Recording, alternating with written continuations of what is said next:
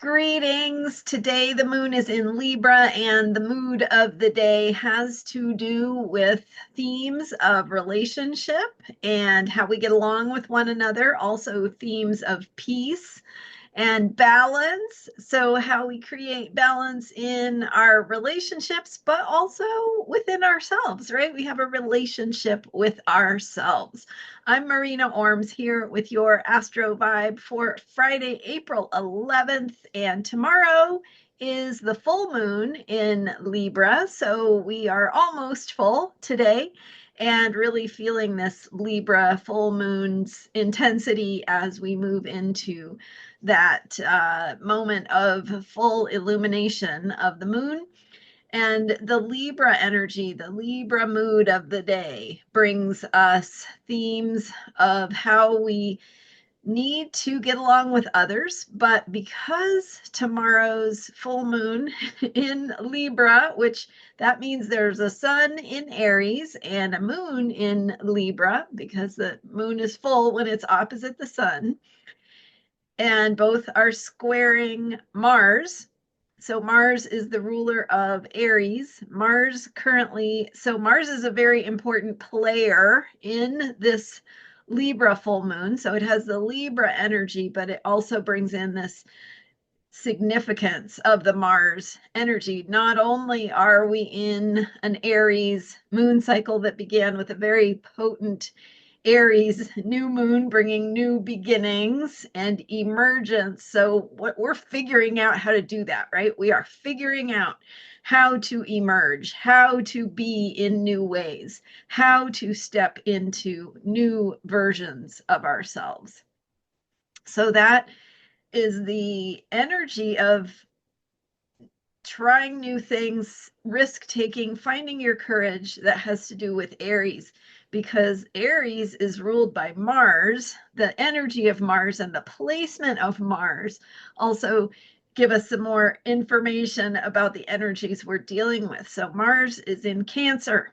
Cancer is the sign of feelings and emotions. So if you've been feeling things, feeling emotional this week, it could be connected to that placement of Mars, because where we need to move, Mars is where we need to move. And so where we need to move is through our emotions.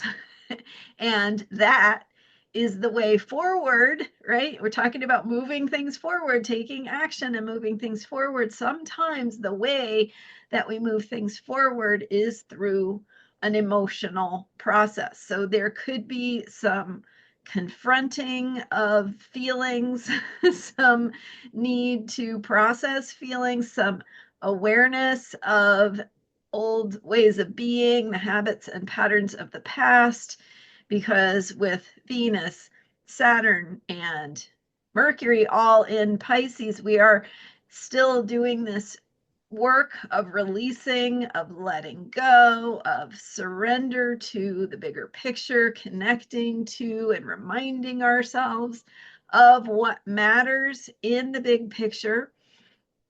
So reminding ourselves, remembering that we are also part of a bigger picture of love, right? And we are deserving of unconditional love, and we can remember to give ourselves unconditional love and forgiveness and acceptance for who we are and where we are and the things that we might feel like we've failed at, right? Accepting that, forgiving ourselves, allowing, trusting that there is a bigger flow to the process.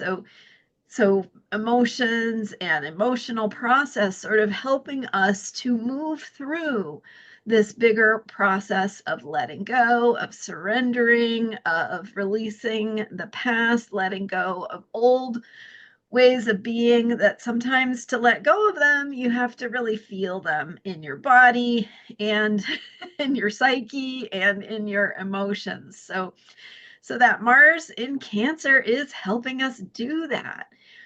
Mars is also heading toward its opposition, its third of three oppositions to Pluto. So often when planets, especially the outer planets, the slower moving planets, are moving in forming aspects with other planets, whether that's a conjunction or a square or an opposition.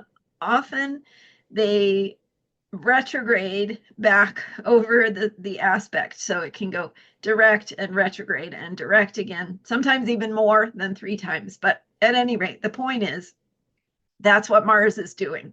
So Mars had its first opposition to Pluto in Capricorn and Cancer. That was in November of 2024, just before the US election. And then Mars retrograded back across that opposition to Pluto. And I believe that was when Mars was in Leo, Pluto was in Aquarius. And now Mars is in Cancer. It retrograded back into Cancer and will be passing through that opposition for the third and final time. So sorry to bore you with the technical details, but the point is that we are going through a process that has been impacting us since early November of 2024 that is maturing and will eventually complete. But right now we're heading toward that third and final opposition where the Mars energy is moving, so activating, awakening, needing action, needing courage, needing choices and decisions to be made, in opposition to Pluto, which is about truth, power, deeper places of power, but also empowerment. So who has the power, and themes of who has the power, and these things playing out in the collective now with the third and final opposition happening on, I'm sorry, I don't have it in front of me, but I believe it's around April 22nd, will bring about themes of who has the power. Pluto, power in Aquarius, which is individuals and people and groups and the collective, versus Mars, aggression.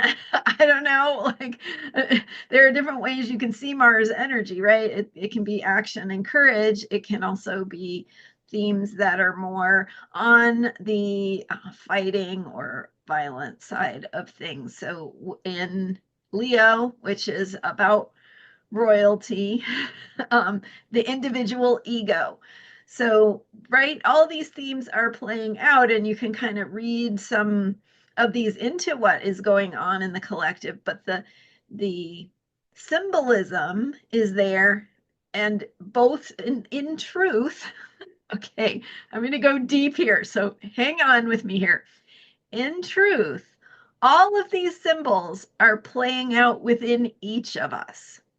So if we think of this as a personal journey, right, part of our journey of self-awareness, we can recognize that we are grappling with our own need to be seen in our ego self, our desires for approval and praise, and the ways that we want to be told, yes, you're great. That's some ego stuff, right? So those things are activated, as well as within our deeper selves, the deeper truth of being who we are authentically. So you can see, and maybe you can think about how this applies for you personally, how these energy dynamics play out not only in the collective, but also within each of us in our own personal process. And that relates to Mars being in Cancer and feeling some emotions, right? Maybe some self-awareness, maybe some anger or grief or different feelings coming up. The point is to trust that what is moving through you is working itself out. So the healing process involves feeling things and moving energies and sometimes we have to feel the places of pain or fear or the things that we need to come to terms with, right? Be honest with ourselves about. And at the same time, moving that energy means we are clearing space to emerge in a deeper place and from a deeper place of empowerment. And that is, speaking to how we show up in the world, how we stand in our truth, how we advocate for what we care about, what matters to us in the bigger picture. But remembering that this is also a personal journey. And so each of us has to kind of come to terms with and confront the things that are moving and coming to some sort of culmination inside of us. If you're with me still, thank you for, for hanging in there. These are some deep things that I'm talking about. So to bring it back to a little bit more superficial, I guess, thinking about the Libra full moon is a time of opposition. So it's an opposition because the moon is opposite the sun, which is the definition of a full moon, but it's also about oppositions because Libra is about the dynamic between two opposites, really, like the glass being either half full or half empty, the I don't know, like the polarity of you versus me, and sometimes I'm right and sometimes you're right, and is it really an either or, right? So Libra energy and the Libra full moon in particular help us come to terms with polarities and opposites. And that's why relationship becomes important, because we get truths reflected back to us that we can't see from our own little individual point of view, right? So the thing about the Libra lesson is that when we think of things in terms of polarities, in terms of opposites, sometimes we need to reconcile those polarities. Sometimes we need to remember that there is a third way that is neither one nor, it's not an either or, and it may not even be a both and. It may be something completely different that is opening or awakening inside of us. So I said I was going to be more superficial, but I have a hard time doing that if you haven't noticed. Okay, so during this full moon, where are you being invited to notice something you haven't noticed before that gives you another option besides the either or? So is the glass half full or is it half empty? Maybe it's something else entirely. Are you right or is the other person right? Maybe it's something else entirely. Is the world going to end or is it not going to end, right? Maybe it's something else entirely. So that is the deep thought of the day, and thinking about the Libra full moon. That is what comes to my mind.